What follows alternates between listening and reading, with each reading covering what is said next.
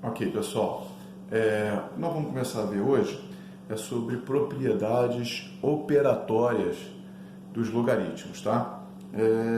Veja bem, dentro da matemática, a hora que começa a acontecer algumas regularidades, começa a aparecer coisas iguais, a gente diz que é criado algumas propriedades para facilitar a nossa vida. A gente lembrando delas serão muito importantes, tá?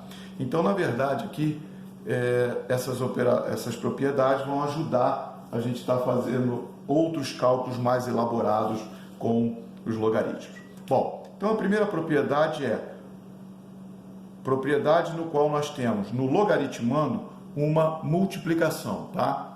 Essa propriedade diz o seguinte: se eu tenho lá no logaritmando uma multiplicação, log dessa multiplicação eu posso abrir em log de um mais o log do outro, tá? Então, por exemplo, se eu tenho lá log de 3 vezes 10 na base 4, eu posso escrever como log de 3 na base 4 mais log de 10 na base 4. Vocês vão ver que, obviamente, do jeito que está, não tem como a gente calcular, tá? Mas vão aparecer alguns exercícios que vai ser útil a gente saber essas propriedades, tá bom? Vamos ver a segunda. Eu tenho uma divisão, lembrando que o traço de fração significa divisão. Então, eu tenho uma divisão no nosso logaritmando, certo? Então, eu posso transformar essa divisão numa subtração de logaritmos. Então, se eu tenho log de 25 na base 10, lembrando que quando não aparece a base, ela é 10, o 25 ele é 50 sobre 2, tá? Então, eu posso abrir como uma subtração dos logaritmos. Então, vai ficar log de 50 na base 10 menos log de 2 na base 10, tá bem? Também vai aparecer mais na frente essas propriedades sendo úteis para a gente. Aqui, passando para aqui para o outro lado, nós temos a terceira propriedade, e essa é bastante útil, a gente já acabou vendo em algum lugar nos exercícios anteriores, tá?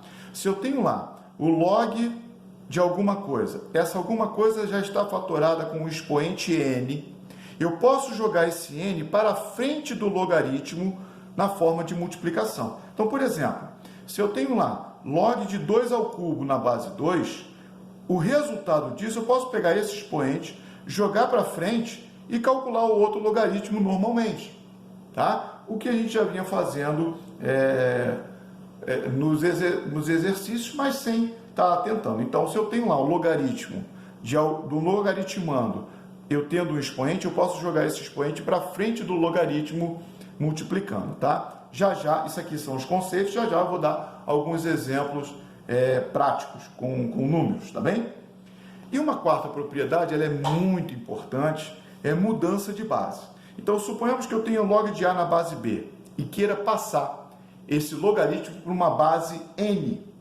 Então, vai ficar assim, ó, log de A na base N sobre log de B na base N. Então, por exemplo, ó, log de 2 na base 5, eu quero passar tudo para a base 6. Então, vai ficar log de 2 na base 6 sobre log de 5 na base 6. Tá? Então, veja, essas são as propriedades. Agora, eu vou dar alguns exemplos para a gente poder aplicá-las, tá bem?